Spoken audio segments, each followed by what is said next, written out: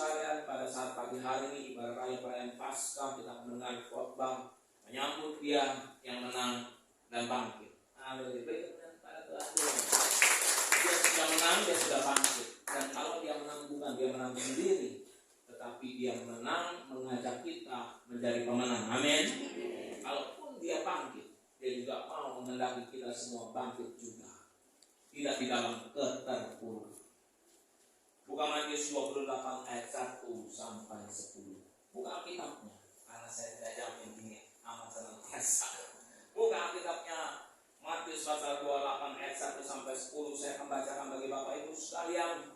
Di ayat yang ke-1, setelah hari Sabat lewat, menjelang menyingsingnya fajar, pada hari pertama minggu itu, pergilah Maria Magdalena dan Maria yang lain menengok kubur itu. Maka terjadilah gempa bumi yang hebat, sebab seorang malaikat Tuhan turun dari langit dan datang ke batu itu dan menggulingkannya, lalu duduk di atasnya. Ayat yang ketiga, wajahnya bagaikan kilat dan pakaiannya putih bagaikan salju. Dan penjaga-penjaga itu gentar ketakutan dan menjadi seperti orang-orang mati. Akan tetapi malaikat itu berkata kepada perempuan-perempuan itu, janganlah kamu takut. Aku tahu kamu mencari Yesus yang disalibkan itu. Ia tidak ada di sini, sebab ia telah bangkit, sama seperti yang telah dikatakan. Mari, lihatlah tempat dia berbaring. Dan segeralah pergi dan katakanlah kepada murid-muridnya bahwa ia telah bangkit dari antara orang mati yang mendahului kamu ke Galilea. Di sana kamu akan melihat dia. Sesungguhnya aku telah mengatakannya kepadamu. Ayat 8, maka segera pergi dari kubur itu dengan takut dan dengan sukacita yang besar, dan berlari cepat-cepat untuk memberitahukan kepada murid-murid Yesus. Tiba-tiba Yesus berjumpa dengan mereka dan berkata, salam bagimu. Mereka mendekatinya dan memeluk kakinya serta menyembah. Ayat 10 yang terakhir, maka kata Yesus kepada mereka, janganlah takut. Jangan takut. Pergi dan katakanlah kepada saudara-saudaraku supaya mereka pergi ke Galilea dan di sana mereka akan melihat. Haleluya, puji Tuhan. Ayat ini, perikop ini sudah kita baca tentang yang namanya kebangkitan Yesus. Bapak Ibu sekalian yang terkasih dalam Tuhan, menyambut Dia yang menang dan bangkit. Amin. Dia sudah menang, Dia sudah bangkit. Apa yang terjadi Bapak Ibu sekalian? Alkitab mengatakan seperti ini di ayat yang ke-1. Lihat Alkitab Anda sekali masing-masing. Setelah hari Sabat lewat, menjelang menyingsingnya fajar, pada pagi pertama minggu itu, pergilah Maria Magdalena dan Maria yang lain menengok kubur. Bapak Ibu, ini wanita-wanita yang hebat. Ini wanita-wanita yang hebat. Sekarang saya mau nanya, lebih hebat mana, pria sama wanita? Wah, wanita bilang wanita, tapi ada mungkin bilang yang pria bilang ini, yang hebat wanita, betul. Sama hebatnya di mata Tuhan. Amin. Kita bilang begini, para pria, rasul-rasul pada waktu orang-orang yang dekat diajar langsung, tak nampak batang hidungnya, tak kelihatan gerak-geriknya. Mereka ada di mana? Bisa jadi mereka sedang tidur, tapi bisa jadi mereka nggak bisa tidur. Dan kita nggak tahu, betul ya? Karena kondisinya tidak ada di situ. Yang ada adalah wanita-wanita yang hadir, wanita yang ada. Dan saya percaya dan saya pun yakin mereka wanita yang namanya Maria Magdalena dan Maria yang lain ini bukan dadakan. Pergi ke kubur Tuhan Yesus bukan sesuatu yang dadakan, tetapi dipersiapkan. Tujuan datang ke kubur Yesus bukan hanya juga sekedar melihat, oh itu di situ ya. Kita foto-foto dulu ya. Ya kan, kalau kunjungan di mana-mana mesti ada foto-fotonya, mesti ada tubuh ya.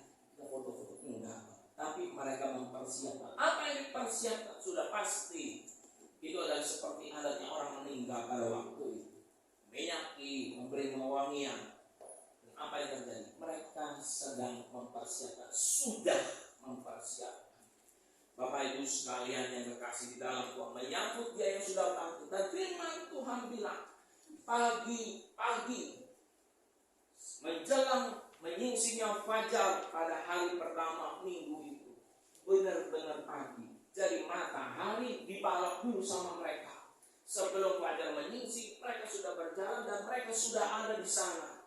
Mereka sudah pergi, Bapak Ibu sekalian. Jadi apa Bapak Ibu sekalian? Kalau seumpamanya mereka sedang mempersiapkan diri mereka, mereka sudah berjanjian, kita akan pergi ke sana, kita akan memberi penghormatan. Saya mau katakan, di pikiran mereka, mungkin pada waktu itu kita sedang akan menjumpai mayatnya. Kita akan menjumpai kuburnya. Kita akan meminyaki, bahkan kita akan sama-sama menangis. Kalau perlu kita berpikir tentang kenangan-kenangan apa yang sudah dia kerjakan, yaitu dia siapa? Tuhan Yesus.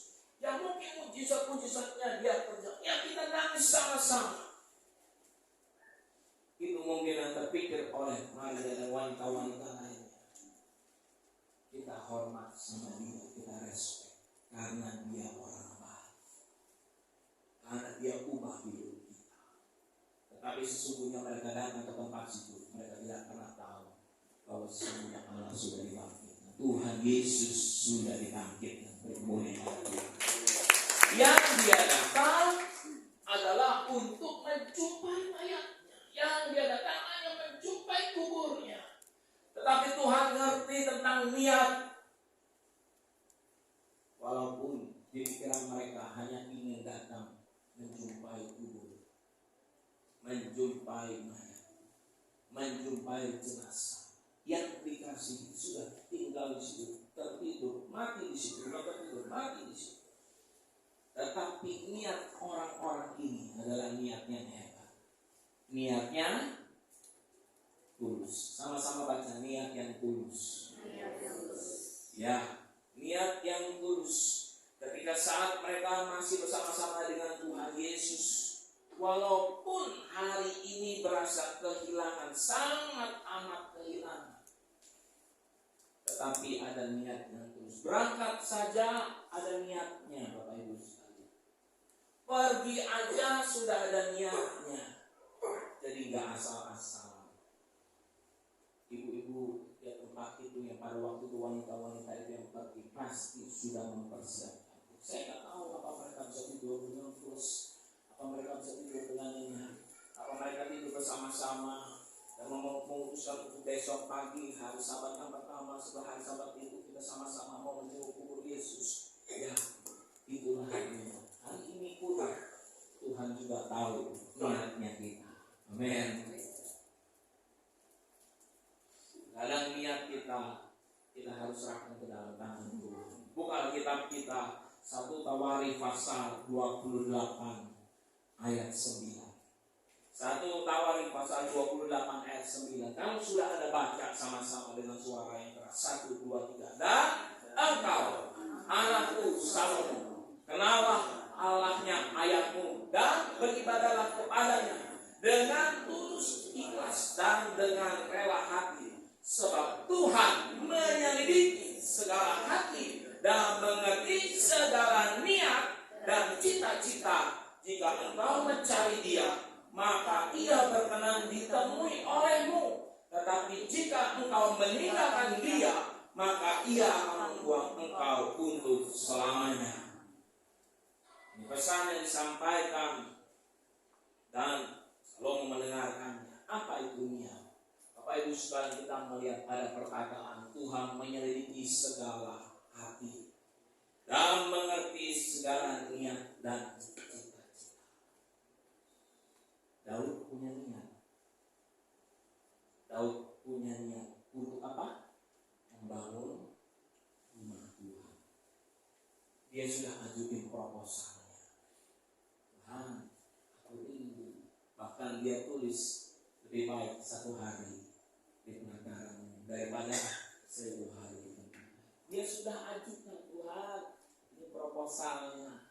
Tuhan, itu ada berkatnya. Nanti sisanya pasti Tuhan kirim. Jadi pasti bicara seperti karena apa? Bangunan bait suci yang dia idam-idamkan itu niatnya daripada Raja Daud. Tapi Tuhan baik. Tuhan menimbang satu hal yang baik dan keputusan Tuhan adalah luar biasa. Salomo lah anaknya. Dan apa yang bilang seperti itu? Sebab Tuhan menyelidiki segala hati dan mengerti segala niat dan buat yang masih muda di sini. Masih muda ya? Kompong yang rambutnya putih masih muda? Ya, semangat. Yang masih muda pasti masih punya cita-cita. Dan cita-cita itu harus Anda buat, harus Anda tetapkan. Nanti dah, tergantung 2025 trennya apa? Saya tahu cita-cita saya sih nggak ada. Yang masih muda, kuatkan niat kalian. Kalau niatmu baik, hatimu baik, Tuhan berkata apa? Tuhan menyelidiki. Jika jalanmu lurus, Tuhan selidiki hatimu lurus, maka terjadilah itu atas hidupmu. Amin. Tuhan menyelidiki. Jadi apa yang terjadi pada waktu itu ketika wanita-wanita itu sedang berjalan menuju ke kubur itu, mereka punya niat.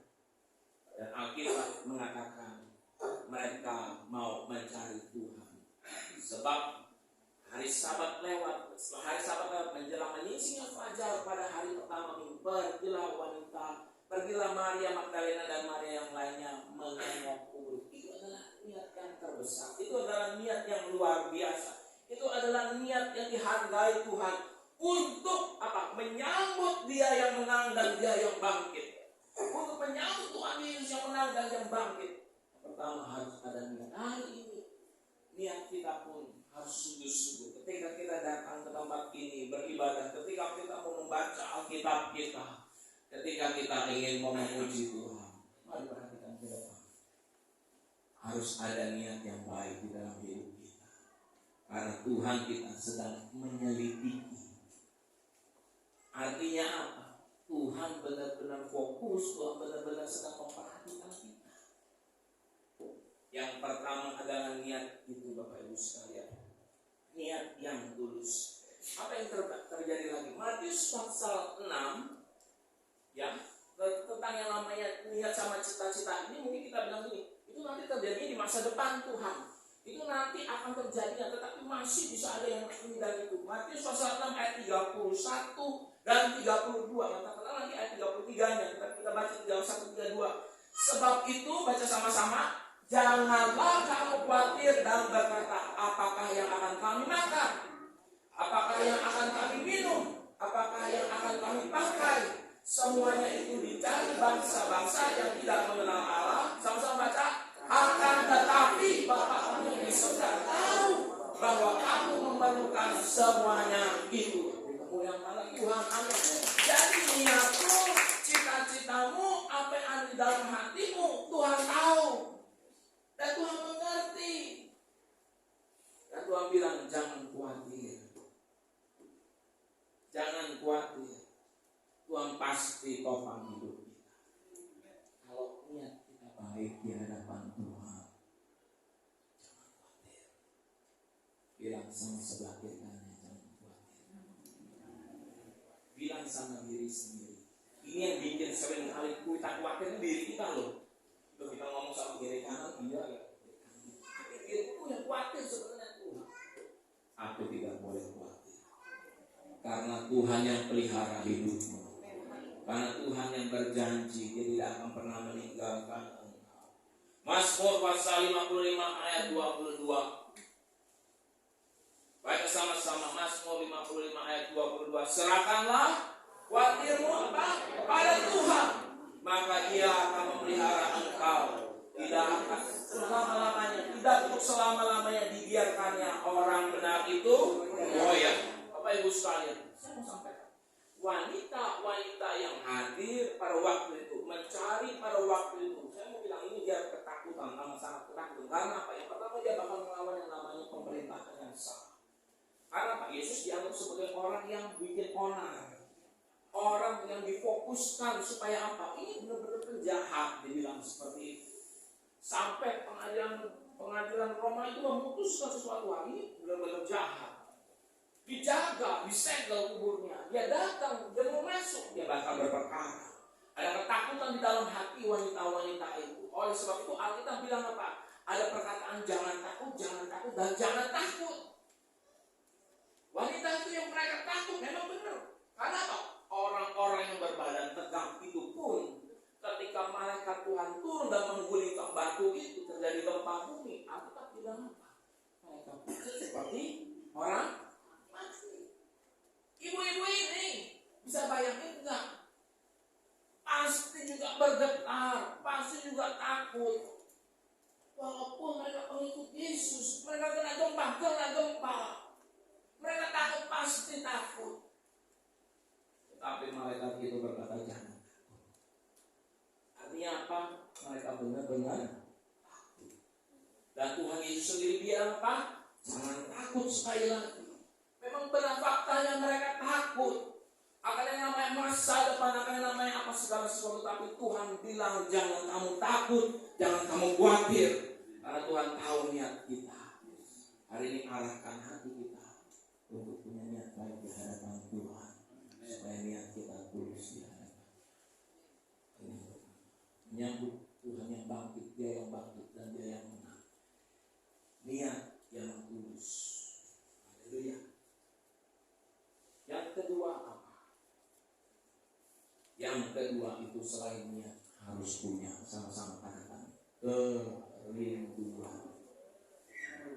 Ya, kerinduan.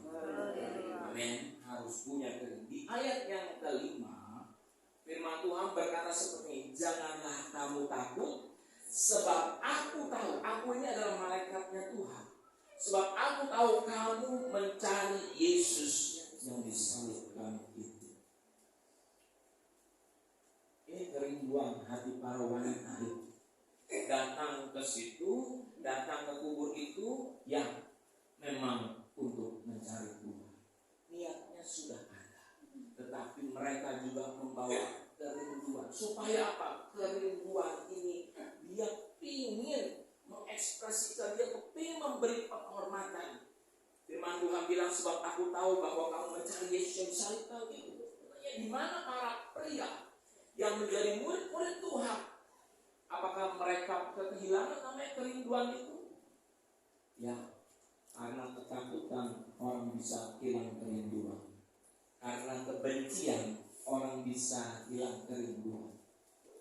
Berapa banyak orang nggak mau bersahabat atau punya hubungan yang baik lagi dengan keluarga. Mau pulang, balik ke rumah kayaknya bagaimana, sedih, kayaknya nggak mau.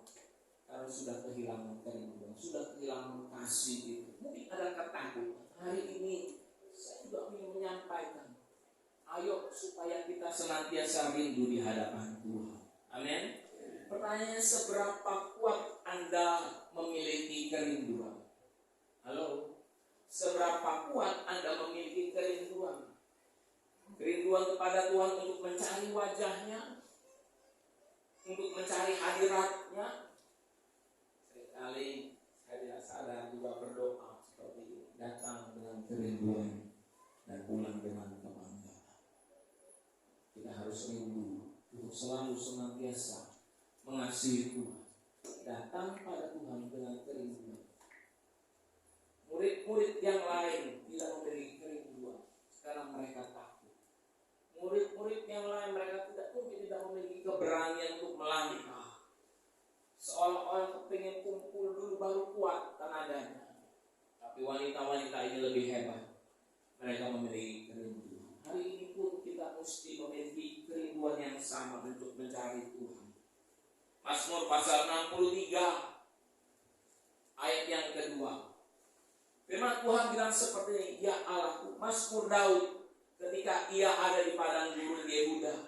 Ya Allah, Engkaulah Allahku. Aku mencari Engkau. Jiwaku haus kepadamu, tubuhku rindu kepadamu, seperti tanah kering dan yang tandus tiada berair. Daud mengatakannya bahwa dia rindu kepada Tuhan. Dia mengatakan jiwaku haus. Rindunya ini rindu seperti kerinduannya dia minum air yang segar. Dia benar-benar rindu untuk menyicipi, memuaskan rasa dahaganya. Tubuhku rindu kepadamu seperti tanah kering yang kering dan tandus tiada berair.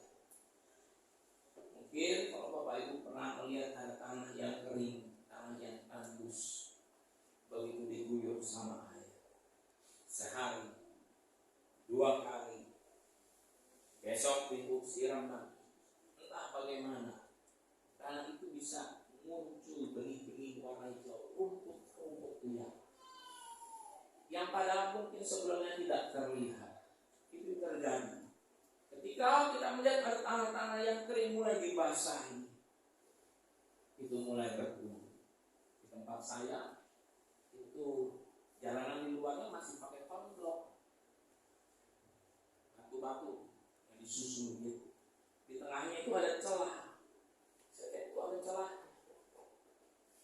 baru dipotong. Tapi ketika ada hujan, air lagi, ada genangan air lagi, ada hujan lagi, besok-besok sudah mulai tumbuh. Berarti apa? Ada benih di dalam. Bapak Ibu, yang tadi apa? Niat yang tulus. Yang kedua apa? Ada kerinduan. Sekarang pertanyaan kita buat semuanya yang ada di sini. Apa kerinduan Anda? Apakah selalu dibawa di dalam doa? Mungkin hari-hari ini Anda punya kerinduan supaya keluarga bisa kenal Tuhan, supaya ayah bisa kenal Tuhan, supaya ibu bisa kenal Tuhan, supaya anak-anak bisa beribadah bersama-sama, supaya mungkin tubuh lebih sehat. Itu kerinduan. Mungkin anak-anak cucu-cucu diberkati Tuhan, itu kerinduan. Tapi saya punya pertanyaan, apakah kerinduan itu selalu dibawa di dalam doa? Selalu dibawa di dalam doa. Karena Tuhan yang hanya kita sembah, Dia dengar kita. Alkitab tadi mengatakan Dia menyelidiki. Artinya apa? Telinganya, matanya, dan hatinya ada kepada kita sekalian. Bawa hati kita selalu. Apakah kerinduan kita sudah selalu di dalam doa kita? Saya tahu ibu saya punya kerinduan dan dia berdoa untuk kami keluarganya. Memang kami keluarga Kristen, tapi di dalam perjuangannya saya tahu ibu adalah seorang pendoa yang hebat luar biasa. Dia bawa di dalam doa.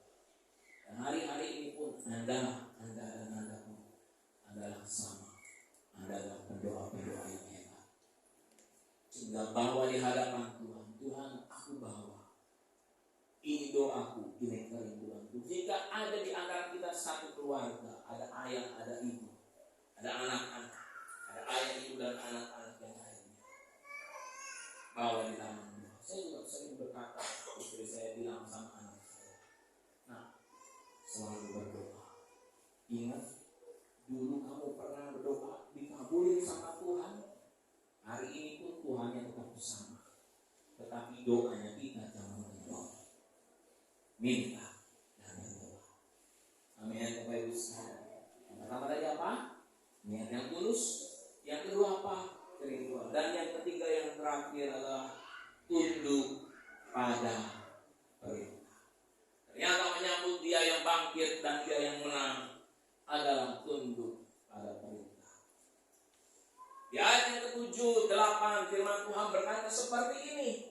Dan segeralah pergi dan katakanlah kepada murid-muridnya, yaitu para pria, bahwa Ia telah bangkit dari antara orang mati. Ia mendahului kamu ke Galilea. Di sana kamu akan melihat Dia. Sesungguhnya aku telah mengatakannya kepadamu. Di ayat yang ke-8 baca sama-sama, ikuti saya. 1, 2, 3. Mereka segera pergi dari kubur itu dengan takut dan dengan sukacita yang besar, dan berlari cepat-cepat untuk memberitahukannya kepada murid-murid Yesus. Bapak Ibu sekalian yang kasih dalam Tuhan, mereka masih takut. Mereka masih takut, itu kejadian supranatural. Mungkin mereka pernah melihat ada orang disembuhkan, tapi mereka tidak pernah melihat yang namanya malaikat turun dari sorga.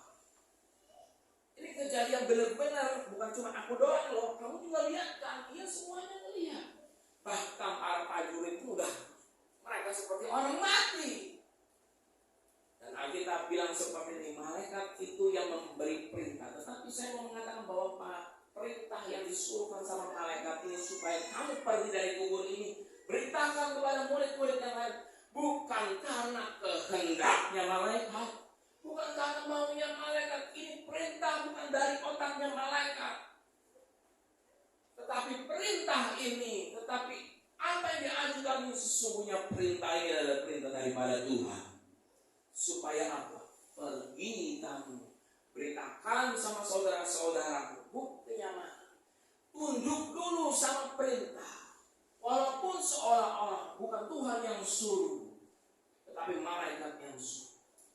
Ibu, seringkali kita tunggu tanda, betul ya? Saya mau rajin, saya mau tunduk sama Tuhan, saya mau pelayanan. Saya kasih tanda. Tandanya apa? Gampang tuh. Tiap hari aja ada 3 juta yang masuk ke rekening saya. Weh, itu tandanya benar-benar tanda kalau itu. Bapak Ibu sekalian, kalau kita ngarepin sesuatu tanda yang besar, pasti otomatis kita nggak pernah berjalan. Kalau Tuhan bilang pergi, pergi. Kalau Tuhan bilang taat, taat. Kalau Tuhan bilang ampuni, harus ampuni. Ini bukan Tuhan. Tetapi kita seringkali juga nggak mendengarkan suara Tuhan dengan baik-baik. Tuhan bisa berbicara lewat orang tua kita. Halo? Tuhan bisa berbicara juga lewat anak-anak kita. Tuhan bisa berbicara lewat hamba Tuhan. Tuhan juga bisa berbicara dengan yang lainnya. Masih ingat yang kemarin saya bercerita tentang yang namanya prioritas mendahulukan. Ketika saya mau keluar dari rumah sakit itu, ya, saya dapat pelajaran. Tidak ada yang ngomong, tetapi saya diajarkan supaya apa? Kasih jalan. Kita harus tunduk pada perintah. Ada tidak ada, harus tunduk sama perintah. Kalau kita sedang berkendara, Pak polisinya nggak ada. Ini saya sering kali tergoda Bapak Ibu, kalau mau putaran harmoni itu ya, mesti muter dulu di Monas sampai ono. Padahal saya ingat banyak yang muter di sini, mobil-mobil, tapi saya ingat ada dilarang muter. Si Pak polisinya kemana? Sih ke kantor pos polisi, saya bilang begitu. Saya habis putar ke sono, ya, ini mau nih kejadian malam bukan siang. Saya udah putar ke sono, saya balik lagi dari apa pokoknya harmoni mau masuk itu. Di ada pos polisi, saya ingat ada polisinya di situ 3 orang, lagi pada duduk-duduk gitu. Saya kamera ya, nanti dia juga potret mobil kita yang dia dapat surat cinta begitu. Polisinya nggak ada, banyak mobil yang muter, padahal itu ada muter. Sepertinya ingin, kepengen banget ngelawan. Kepengen banget saya ngelawan. Ya, saya hilaf Pak. Ada ujungnya ngomong gitu, saya hilaf Pak. Tunduk sama perintah itu penting. Kalau nggak boleh jangan dilanggar. Apa yang terjadi Bapak Ibu? Ternyata ini bukan apa yang disuruh sama malaikat itu. Ternyata di ayat yang ke-10, bukan sama-sama di ayat yang ke-10, firman Tuhan bilang begini. Maka kata Yesus kepada mereka, ini sedang pada waktu mereka berjalan, mereka berjumpa dengan Yesus. Maka kata Yesus kepada mereka, perhatikan, maka kata Yesus kepada mereka. Bukan hanya sekedar kata malaikat, bukan hanya sekedar kata, tapi Tuhan yang menyuruhnya, jangan takut. Menyambut kebangkitan dan kemenangan ini, firman Tuhan bilang, pergilah dan katakanlah kepada saudara-saudaraku supaya mereka pergi ke Galilea, dan di sana mereka akan melihat aku. Sama persis, sama kata-katanya dengan di ayat yang ke-7. Sama persis perintahnya supaya apa? Yang pertama, jangan takut terlebih dahulu, dan pergi dan katakanlah itu kepada murid-murid. Punya niat yang tulus, punya apa lagi? Kerinduan sama taat sama perintah pada Tuhan Yesus. Saya percaya kalau kita tunduk sama perintah daripada Tuhan Yesus, kita menyambut kematiannya, kita menyambut kebangkitan dan kemenangannya. Perintah Tuhan Yesus kepada kita supaya apa? Ketika ini disuruh pergi, katakan kepada saudara-saudaraku supaya mereka pergi ke Galilea, di sana mereka akan melihat aku. Ya, mereka sedang down, mereka sedang jatuh, pengharapannya, iman males mandi juga, males makan juga, nggak terawat segala macam. Perintah Tuhan Yesus supaya kita membangun dan meneguhkan iman saudara-saudara yang lain. Amin. Meneguhkan iman, membangkitkan iman dengan cara apa? Kita ini disuruh jadi garam, kita ini disuruh jadi terang. Tuhan mau supaya kita jadi garam, kita jadi terang. Saya percaya Tuhan membawa kita, Tuhan meminta kita supaya kita jadi berangkat pergi. Artinya apa? Pergi kamu supaya kamu jadi garam. Pergi kamu supaya jadi apa? Garam. Di dalam menyambut yang namanya Dia yang menang dan bangkit, kita tahu ada niat, ada ketulusan, ada kerinduan. Tapi sekalian, kamu saya udah maju ke depan. Slide yang sudah saya siapkan menyambut Dia yang menang dan bangkit. Yang pertama apa tadi? Niat yang tulus. Yang dua kerinduan. Yang ketiga kebutuhan.